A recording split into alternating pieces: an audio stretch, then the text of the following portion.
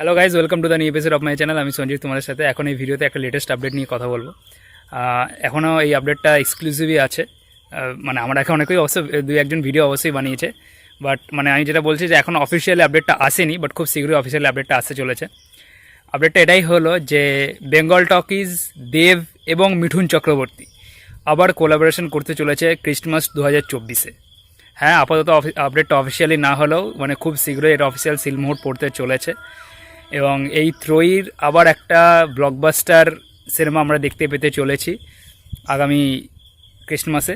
এবং এইবার কিন্তু আরও বড় পরিসরে তারা সিনেমাটা শ্যুটিং করছে, কারণ বলা হচ্ছে সিনেমাটার একটা বড় অংশের শ্যুটিং কিন্তু লন্ডনে হবে। ঠিক আছে, তো আমরা জানি যে বেঙ্গল টকিজ দেব এর আগে যতবার ক্রিসমাসে এসেছে তারা 100% সাকসেস রেশিও আছে।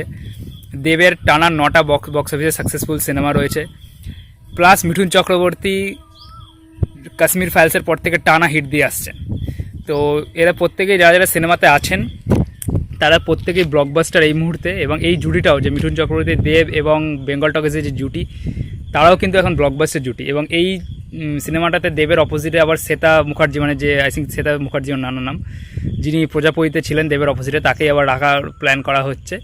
তো দেখা যাক কী হয়। এটা আরও তারা বড়োভাবে বানানোর প্ল্যান করছে, মানে প্রজাপতি থেকে আরও বড়ো হবে। এটা কি প্রজাপতি 2 বলে কোনো সিনেমা বা নতুন কোনো নামে সিনেমা হতে পারে, স্ট্যান্ড অ্যালোন কোনো সিনেমা, তো সেটা দেখা যাক সেটা। এবং আগামী আগস্ট মাস থেকে সিনেমাটা শুটিং শুরু হওয়ার কথা আছে। এখন তারা সিনেমার চিত্রনাট্যের উপর কাজ চালাচ্ছে, তো দেখা যাক কী হয়।